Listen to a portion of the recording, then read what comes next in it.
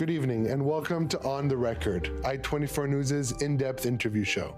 Every week, I'll be speaking with key experts and decision makers from Israel and around the region on the core issues concerning the Middle East. I'm happy to introduce our guest tonight, Dr. Raz Zimt.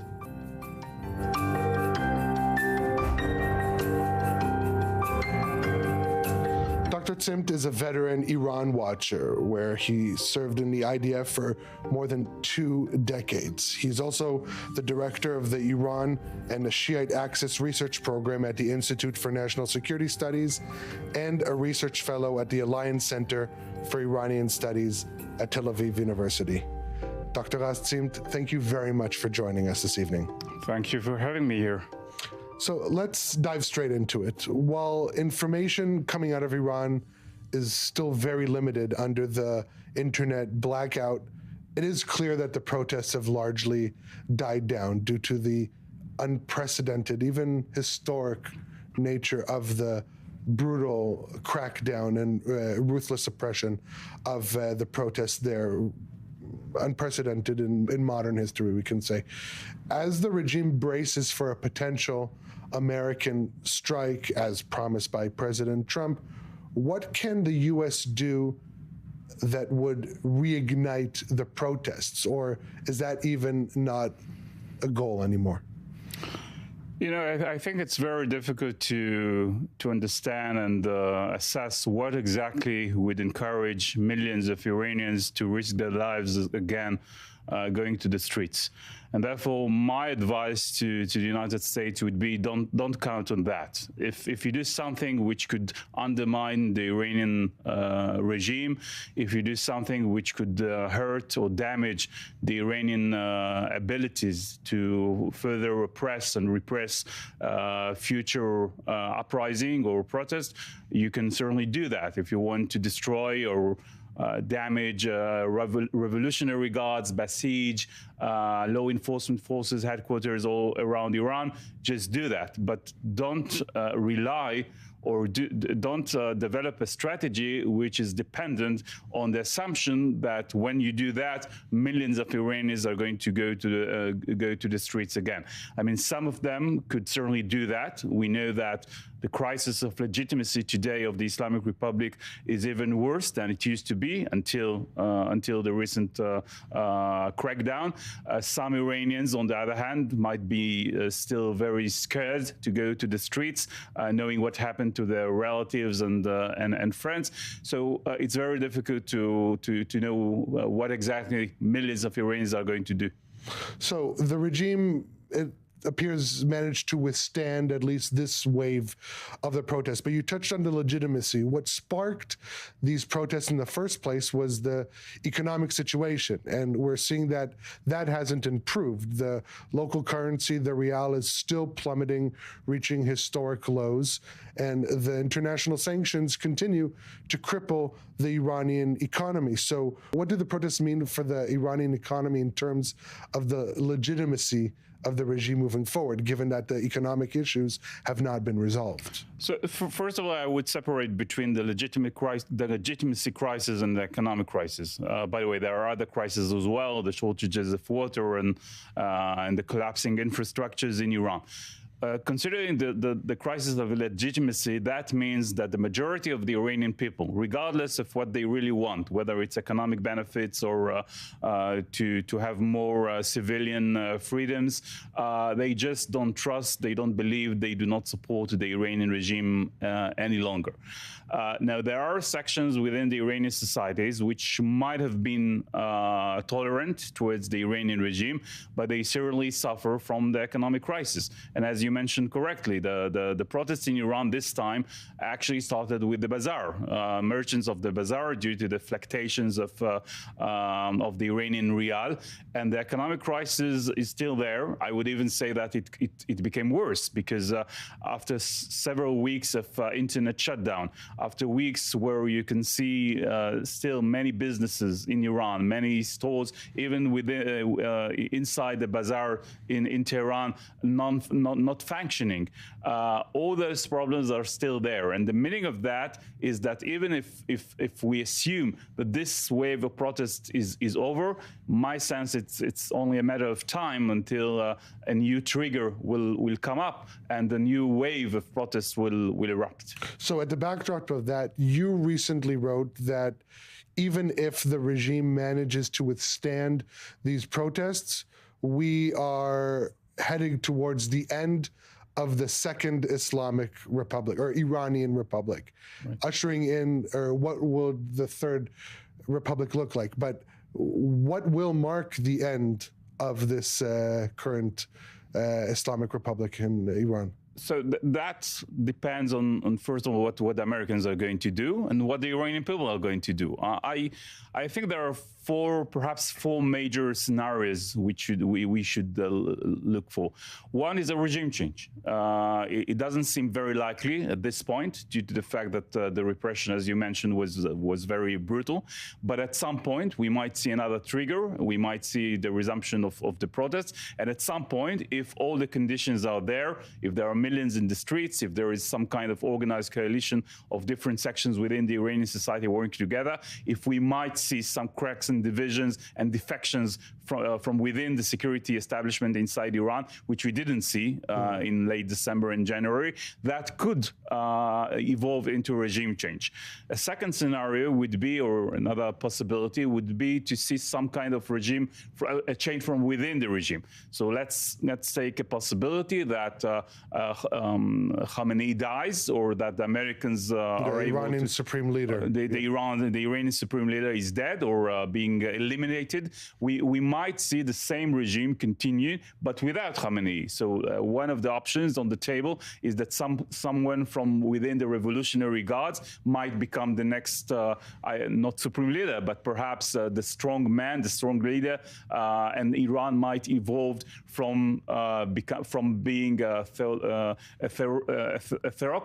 theocracy into some kind of authoritarian military regime under the guidance or the leadership of the Revolutionary Guards. A third option is that we'll see the continued status quo, like the Soviet Union in the last few years of the Soviet regime, until the end, until the death of Khamenei.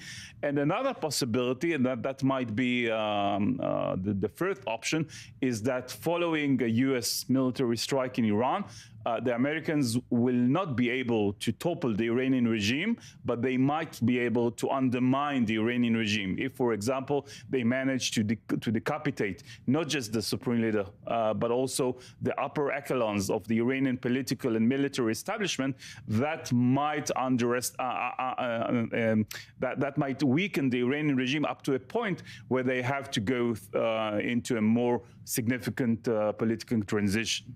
So rather than regime change, regime alteration, similar to, obviously there's an ocean of differences between Iran and Venezuela, but that's pretty much what the United States did in Venezuela now. So do you see that potential play in the playbook of the Trump administration here in Iran?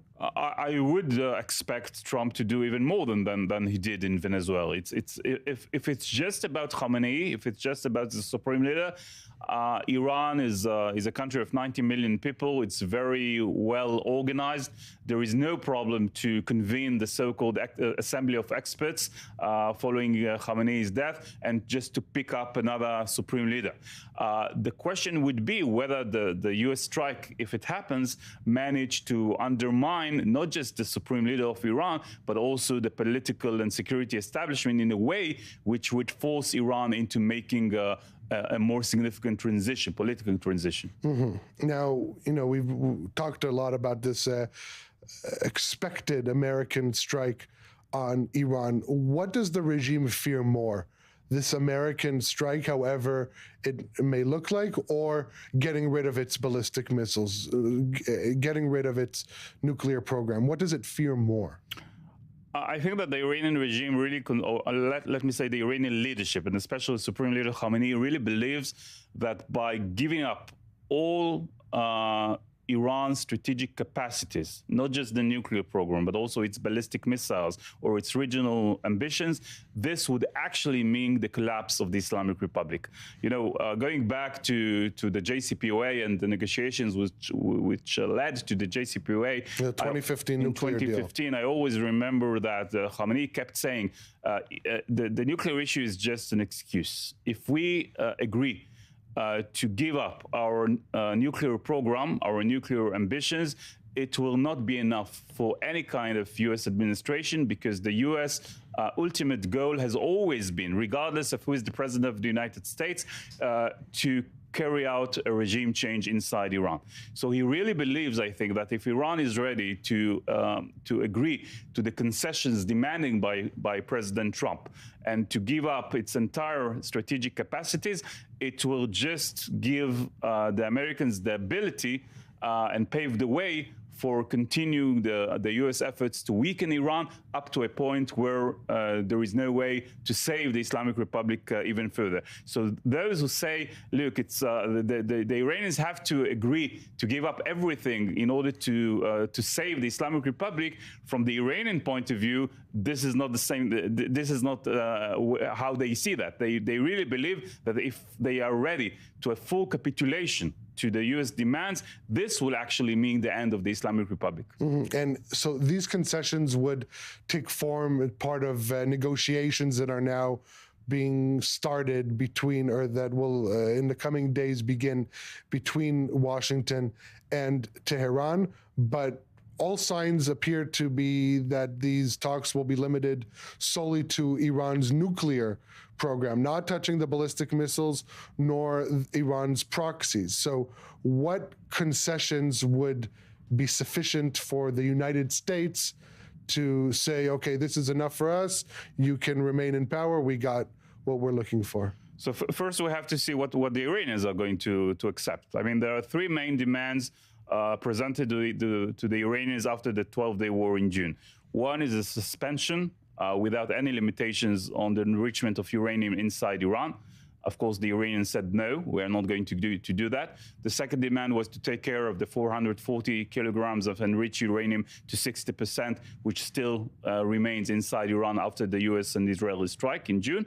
And the last demand was that Iran would allow the IAEA inspectors back to Iran, probably with more intrusive capacities given to the inspectors. By the way, not just in the sites which were targeted by Israel and the United States, but in any site which could have any connections to Iran's nuclear or weaponization efforts. Now, the first question is whether Iran is going to give up those demands.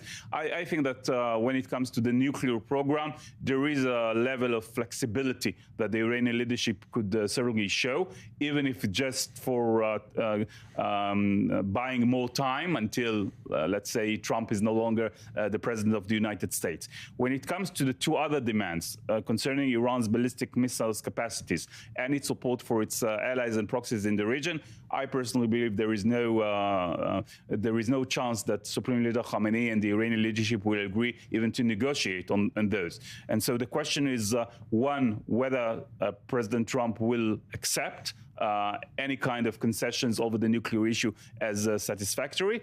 And another important question is whether he's ready to give some kind of economic benefits, for example, some kind of sanctions relief in return for Iran accepting those demands. Mm-hmm.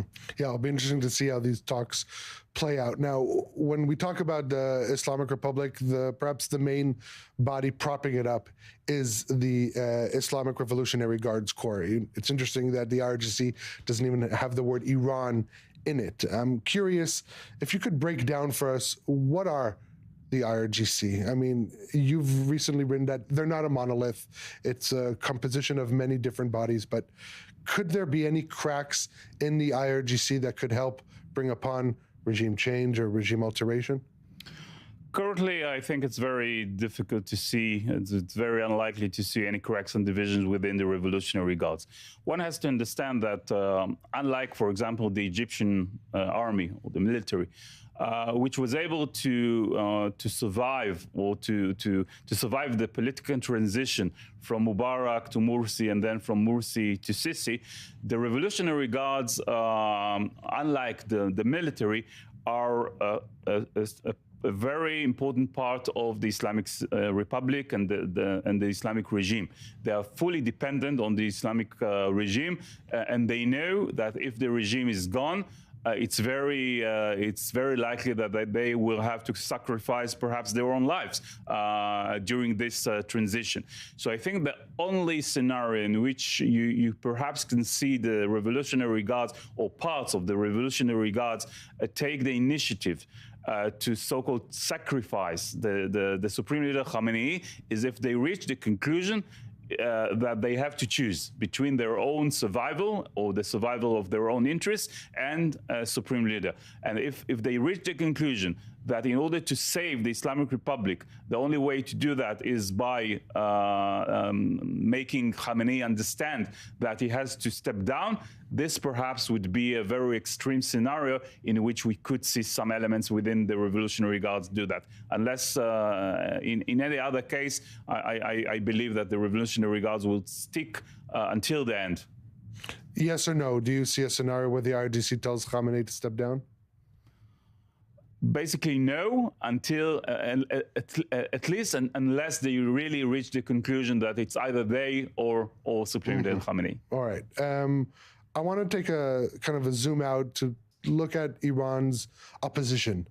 While there is no real or consolidated public leadership to these protests that we saw last month, the exiled leader of Iran's last Shah, Reza Pahlavi, has emerged at least seemingly as a mobilizing force. But how true is that? I mean, how much of a factor does Pahlavi actually play internally in Iran, and how much of it is simply good PR on his part? You know, Ariang, if you'd asked me the same question 2 or 3 years ago, I would say that even though we've heard during the waves of protests in Iran since late 2017, more and more slogans in favor of restoring the Iranian monarchy and even in support of Reza Pahlavi, I would say, okay, it's a kind of demonstration of the nostalgic sentiments towards the pre-revolutionary Iran. It really shows the level of the despair within the Iranian society, knowing that there is no one inside Iran who could become the alternative government to the Islamic Republic.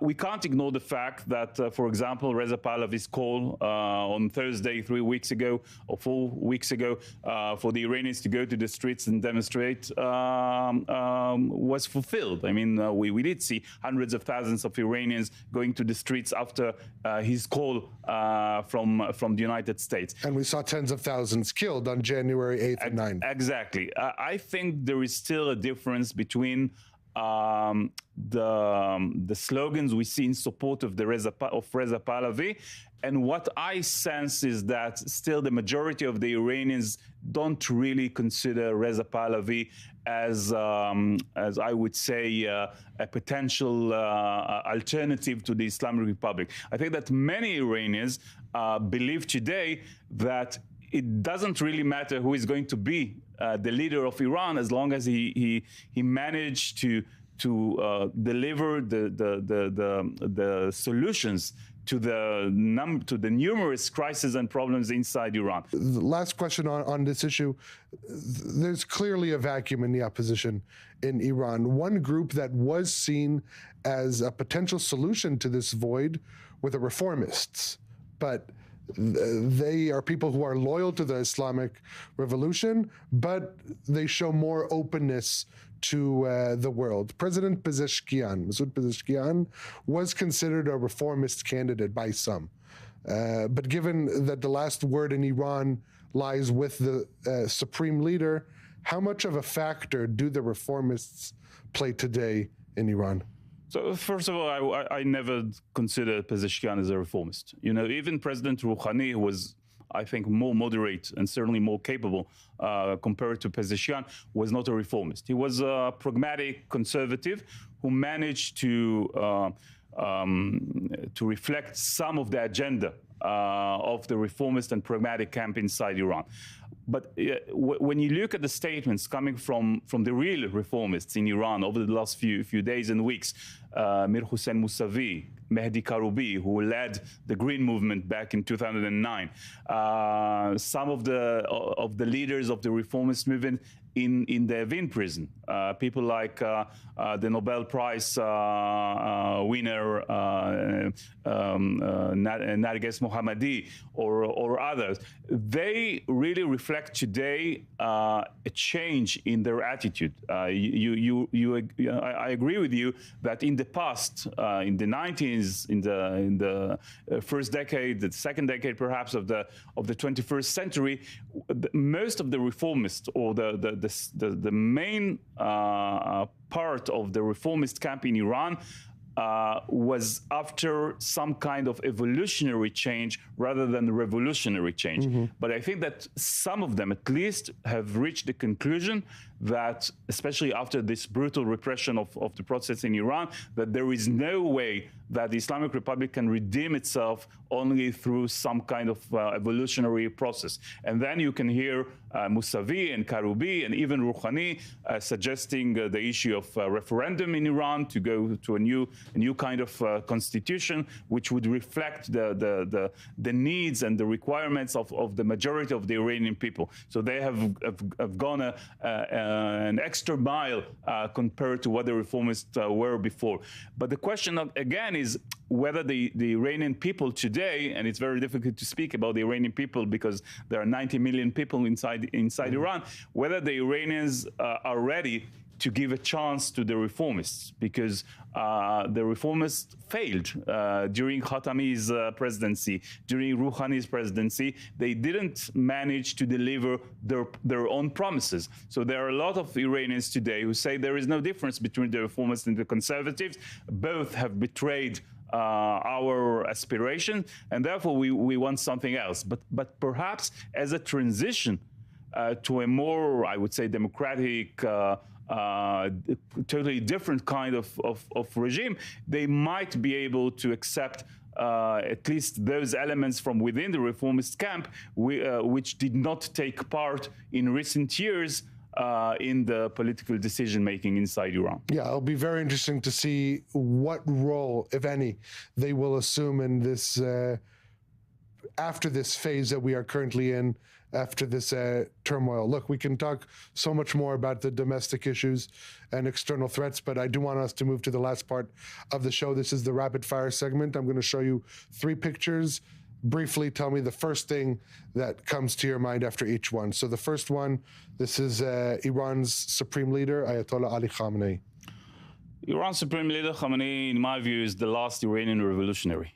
I think currently he's a kind of bottleneck inside Iran, which prevents any kind of a change from within or in foreign policy. And I really believe that as long as Khamenei is there is no real chance for any kind of a real change inside Iran. Mm-hmm.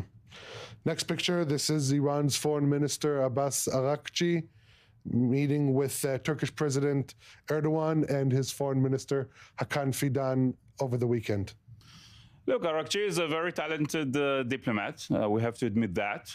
He's part of the Iranian systems. I truly believe that he might be more pragmatic compared to Supreme Leader Khamenei. He really believes that in order to deal with the crisis challenging Iran at this point, there is no other choice but to move forward towards some kind of agreement with the United States.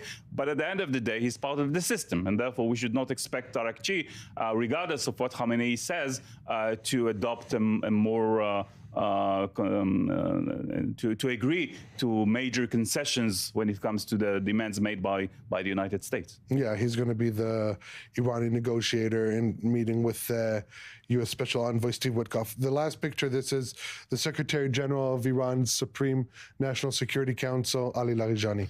You know, Ali Larijani, we tend to forget. We always forgot about him. I mean, he was actually removed from power. He was disqualified a few years ago as a candidate to run for presidency. And it was only after the death of President Raisi and the election of President Pezeshkian where we saw the return of Larijani, perhaps as some kind of more responsible elderly inside Iran, picked by the supreme leader to try and solve some of the problems inside Iran. And so I think it's quite remarkable that he's being very influential and very involved in all these diplomatic efforts, including his recent trip to Moscow to meet with President Putin, and his involvement in trying to manage the daily strategic decision making inside Iran. Look, these are very tumultuous times in the region, and the focus on Iran is obviously top of mind. So I want to thank you, Dr. Zimt, for taking the time and sitting with me and really breaking down these fascinating topics to try and better understand what is really going on currently in Iran. That is unfortunately all the time we have this week. I want to thank you again, Dr. Raz Zimt, for your time and interesting insight. Join us again next week here at On the Record. You can find today's episode and all previous shows on YouTube and Spotify.